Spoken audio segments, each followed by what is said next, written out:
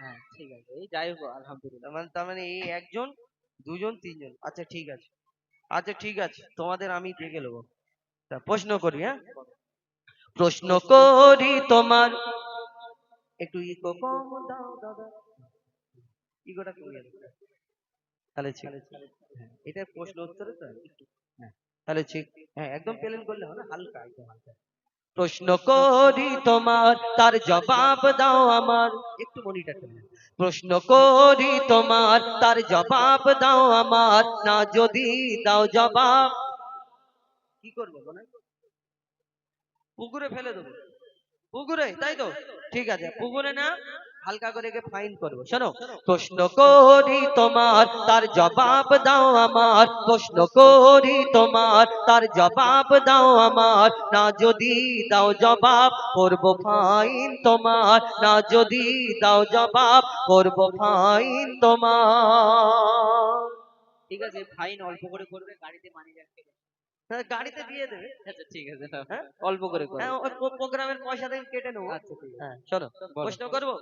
তুমি এই নামাজ পড়ো তো? নামাজ হ্যাঁ, কেমন করে নামাজ পড়ো? নামাজে প্রথমে নিয়াত করতে হবে, তারপর সানা পড়তে হবে, তারপরে কিরাত পড়ার পরে রুকু সিজদা রুকু সিজদা বৈঠক, করে তারপরে বৈঠক সালাম। সালাম। হ্যাঁ, জানাজার নামাজ পড়েছো? জানাজার নামাজ কেমন করে পড়ো? জানাজার নামাজে নিয়াত করতে হবে, তারপর সানা পড়তে হবে, তারপর দরুদ শরীফ পড়তে হবে, তারপর মাইয়াতের জন্য দোয়া হ্যাঁ, করতে হবে, তারপর তারপর সালাম। সালাম পড়তে হবে। আচ্ছা, জানাজার নামাজের সময় ইমাম সাহেব সামনে থাকে, আর এমনি নামাজের সময় ইমাম সাহেব সামনে থাকে। ইমাম সাহেব রুকুতে যায়, আমরা রুকুতে যাই, সিজদায় গেলে সিজদায় যাই, কিন্তু জানাজার নামাজের সময় ইমাম সাহেব আর রুকুতে যায় না, আর সিজদায়ও যায় না। কিন্তু কেন? শোনো, বলো। জানাজার রুকু আর সিজদা ওই কেন নাই? জানাজার রুকু আর সিজদা ওই কেন নাই? উত্তর কেমন দাও তুমি, দেখতে আজ আমি চাই। জানাজার রুকু আর সিজদা ওই কেন নাই? উত্তর কেমন দাও তুমি, দেখতে আজ আমি চাই। উত্তর যদি না পারো, বুঝবো তুমি বেকার। উত্তর যদি না পারো, বুঝবো তুমি বেকার, না যদি দাও জবাব করবো ফাইন তোমার। নারে তাকবীর। কচি যতই তকবে তাও জিতবো আমি। তুমি বললে আচ্ছা, আমি যদি দুটো হেরে যাই পরপর, তোর আমার উপরে ভরসা এখন থাকবে থেকে তো? স্যালেন্ডার হয়ে যাচ্ছে। থাকবে তো? হ্যাঁ, আচ্ছা ঠিক আছে না। শোনো, হ্যাঁ তুমি বললে জানা যায় রুকু সিজদা নাই কেন, কচির একবার তকবির দাও তো, নারে তাকবীর। হ্যাঁ ব্যাস, এতটাই কাফি। শোনো তাহলে, মন দিয়ে শোনো। মাইয়া তেরি সামনে সিজদা যদি করা হয়, শুনছো? শুনছো মানে আমি কি কালা? আচ্ছা, শোনো। মাইয়া তেরি সামনে সিজদা যদি করা হয়, সেই মাইয়া তেরি সাথে খোদার শিরক হয়ে যায়। বুঝতে পারছো তো? শোনো। মাইয়া তেরি সামনে সিজদা যদি করা হয়, সেই মাইয়া তেরি সাথে খোদার শিরক হয়ে যায়। কেন? রুকু ও সিজদার আল্লাহ শুধু হকদার, রুকু ও সিজদার আল্লাহ শুধু হকদার। দিলাম জবাব তোমায়, দাও ফাইন এখন আমার। নারে তাকবীর। হ্যাঁ, ঠিক আছে, আল্লাহু আকবার বল। বল। তুমি বললে হ্যাঁ, যে আমরা ইমাম সাহেবের সামনে যখন নামাজ পড়ি, সামনেতে কেউ থাকে না, আমরা আল্লাহকে সিজদা করি, ইমাম সাহেব আল্লাহকে সিজদা করে, আমরাও আল্লাহকে সিজদা করি, রুকু করি। কিন্তু ইমাম সাহেবের সামনে জানাজার সময় একটা জিনিস রাখা থাকে, খাটিয়া, খাটিয়ার উপরে মাইয়াতকে দোয়া, মাইয়াতের মাগফিরাতের দোয়ার জন্য আমরা এই জানাজা পড়ি। তাহলে ওই সামনে আমরা মাইয়াতকে উদ্দেশ্য করে পড়ি, কিন্তু রুকু করা, সিজদা করা মাইয়াতকে করা হয়ে যাবে। আর আল্লাহ ছাড়া কাউকে রুকু সিজদা করা যাবে না। কারোর সামনে যদি সিজদা করা যায়, শিরিক হয়ে যাবে, শিরিকের গুনাহ মাফ হবে। ভালো উত্তর দিল, ভালো ভালো। আরেকটা প্রশ্ন করব? করো এখন, আনলিমিটেড আচ্ছা, করো। দুম্বা, ছাগল, উট, গরু, ভেড়া তুমি খাও তো? হ্যাঁ, কুরবানি করো? হ্যাঁ। শুয়োর? শুয়োর খায়? নাউজুবিল্লাহ, শুয়োর, শুয়োর খাও না? না, আচ্ছা, শুয়োর কেন খাও না?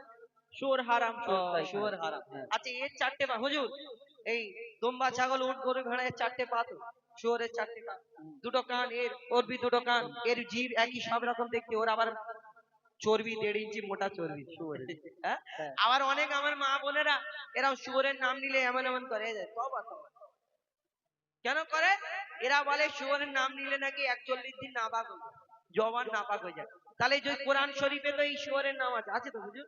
কোরআন শরীফে নাম আছে, তাহলে যদি ওই ওই জায়গাটায় শুয়োরের জায়গাটা এসে কোরআন শরীফটা যদি ওইরকম ব্যাপার থাকতো, তাহলে কোরআনটা নিয়ে আস্তে আস্তে আস্তে আস্তে গিয়ে ওই পুকুরের ধারে চলে যেত। যে ওই নামটা বলার পরে লাফ দিয়ে লা হাওলা ওয়ালা কুওয়াতা বলে গোসল করে ওযু করে আবার বিসমিল্লাহির শুরু করে দিল। হ্যাঁ, এরকম ভাববে না। আচ্ছা, এই জন্তুগুলো যদি হালাল হয় ওটা কেন হারাম? শোনো, বলো। দুম্বা ছাগল উট গরু ধর্মে হালাল জানি, দুম্বা ছাগল উট গরু ধর্মে হালাল জানি, শুকর কেন হয় হারাম তার জবাব দাও তুমি। দুম্বা ছাগল উট গরু ধর্মে হালাল জানি, শুকর কেন হয় হারাম তার জবাব দাও তুমি। সময় দিলাম 2 মিনিট, তার বেশি আর তো নয়, সময় দিলাম 2 মিনিট, তার বেশি আর তো নয়। না যদি দাও জবাব করবো ডবল ফাইন তোমার। 2 মিনিটের বেশি হবে না। ঠিক আছে, কেন? হ্যাঁ। মাধ্যমিক পরীক্ষা। শোনো, আমিও এমনি হুদাইফার সাথে 8 বছর আছি, ঠিক আছে, কিছু তো শিখেছি। শোনো, তুমি বললে দুম্বা ছাগল উট গরু এগুলো ইসলামে জায়েজ, শুকর হারাম কেন? উত্তর দেবো? আমি তোমাকে প্রশ্ন কিসের জন্য? আচ্ছা ঠিক আছে, তাকবীর দাও তো কুচিরা, নারাই তাকবীর। হ্যাঁ, এটা সবাই মিলে দাও, নারাই তাকবীর। সব আমার তো। শোনো, একটা বেড়েছে, ঠিক আছে, তোমাকে পুকুরে ফেলো। শোনো, শুকর হলো প্রাণঘাতী সব রোগের ভান্ডার। শোনো, আমার হাতে এই মাইকটা খুব ভারী, শুনতে শুনতে আমি কালা না। আচ্ছা ঠিক আছে, শোনো। শুকর হলো প্রাণঘাতী সব রোগের ভান্ডার, শুকরের গোশতে তৈরি হয় ক্যান্সার। রাসূল পাক সাল্লাল্লাহু আলাইহি সাল্লাম বললেন, যেটা খেলে উম্মতে মুহাম্মাদের ক্ষতি হবে সেটা হারাম। শোনো, শুকর হলো প্রাণঘাতী সব রোগের ভান্ডার, শুকরের গোশতে তৈরি হয় ক্যান্সার। চরিত্রহীন এই পশু এর জোড়া নাই গো আর, চরিত্রহীন এই পশু এর জোড়া নাই গো আর। দিলাম জবাব তোমায়, দাও ডবল ফাইন আমার। টাকায় হাতে হ্যাঁ, জিতে এখন বাকি আছে।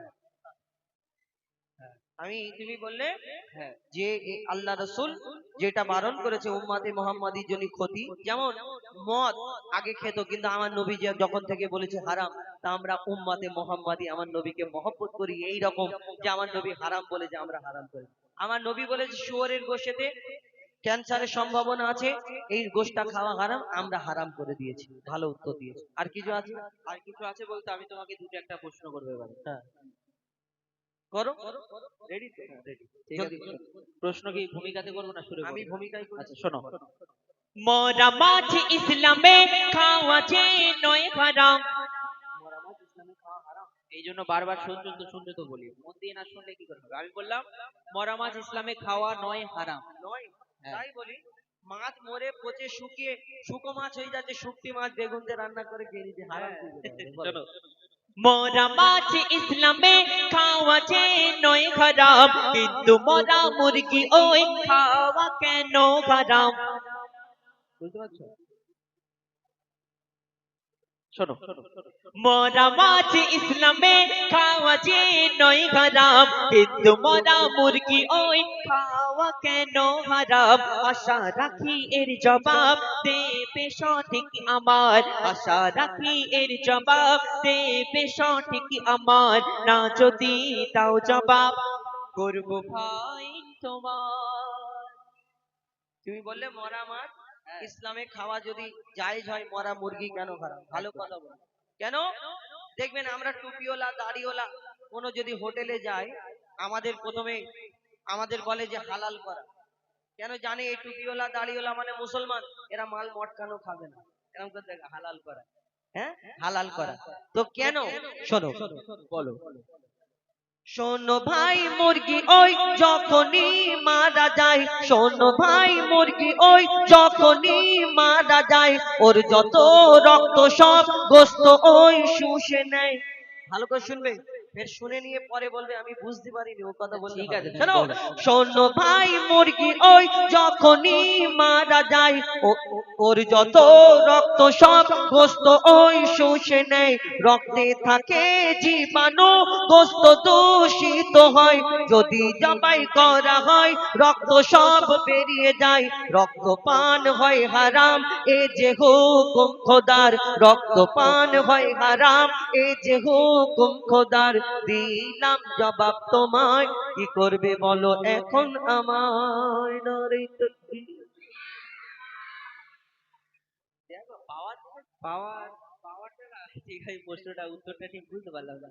উত্তর মোটামুটি বুঝতে পারেনি? 60% মতো হয়েছে। উত্তর বুঝতে পারেনি? না। তার মানে এ হচ্ছে মাথা মোটা, হেড়ে মাথা। হ্যাঁ। এ মাথা মোটা, এক ক্লাসে 3-4 বার ফেল করেছে। একে বললাম যে মুরগির ভিতরে যে রক্ত চলাচল করে, এই জবাই যদি আমরা করে দিই সঙ্গে সঙ্গে কিন্তু বেরিয়ে যায়। আর এই রক্ত এই জবাই করার আগে যদি মুরগিটা মারা যায়, ওর ভিতরে যে রক্তটা চলাচল করে সেই মুরগির রক্তটা মাংস আস্তে আস্তে শুষে নেয়, আর সেই মাংসটা খাওয়া ওই রক্তটা খাওয়া সমান, আর আল্লাহ আমাদের জন্য রক্ত খাওয়া হারাম করেছে। উত্তর দিতে পারলাম? মাশাআল্লাহ, বহুত খুব। আর আর আমার এই আহ, শেষ প্রশ্ন আমার, ঠিক আছে, শেষ প্রশ্ন, এখন কারণ ব্যাপার হলো, হ্যাঁ বলো। এখন এইখানে এই জগদীশপুরে আমি আসছি প্রায় 2014, 13-14 থেকে হবে না, কিন্তু 13-14 থেকে মানে এখন 10 বছরের উপরে আমি এই জগদীশপুরে প্রায় আসি, এইখানে ওইখানে মিলিয়ে মিলিয়ে। কিন্তু অন্য জায়গায় গেলে বলে দাদা একটু নতুন নতুন গজল বলো, আমার ভাইরা বলে পুরাতন পুরাতন বলো। আচ্ছা ঠিক আছে, এই গজলটা শেষ হয়ে যাক, পুরাতন আই লাভ মোহাম্মদ। আচ্ছা ঠিক আছে, আই লাভ মোহাম্মদ এর পরে বলবো। আর একটা প্রশ্ন বাকি আছে, প্রশ্নটা বললে এ হেরে যাবে, এ কান ধরবে, কান ধরাবো, কেননা কেন আমার কান মনের ধরবো আশাটা কেন? শান্তি হবে। কান কান না, ধরবো। হারলে কান ধরতে হবে, আমি হারলে আমি কান ধরবো। আচ্ছা ঠিক আছে, আগে হারি তারপর তো। জলদি কর, জলদি জলদি শোনো, জলদি, জলদি। কোরআনের কোন সূরায় বলো বিসমিল্লাহ নাই? নারে তাকবীর। মনে করো আমি জিতে গেছি, কান ধরার জন্য রেডি। ঠিক আছে, শোনো। কোরআনের কোন সূরায় বলো বিসমিল্লাহ নাই? কেমন তুমি বাহাদুর তার প্রমাণ দেখতে চাই। কেন আমার নাম বাহাদুর? আমি কোন জায়গায় বলছি এমডি বাহাদুর? শোনো, কোরআনের কোন সূরায় বলো বিসমিল্লাহ নাই? কেমন তুমি ওস্তাদ তার প্রমাণ দেখতে চাই, মনে হয় এর জবাব নাই কাছে গো তোমার, মনে হয় এর জবাব নাই কাছে গো তোমার, না যদি দাও জবাব করবো ফাইন তোমার। যা ফাইনে আজা ভুলে যাও, কান ধরার জন্য রেডি হও, চলো।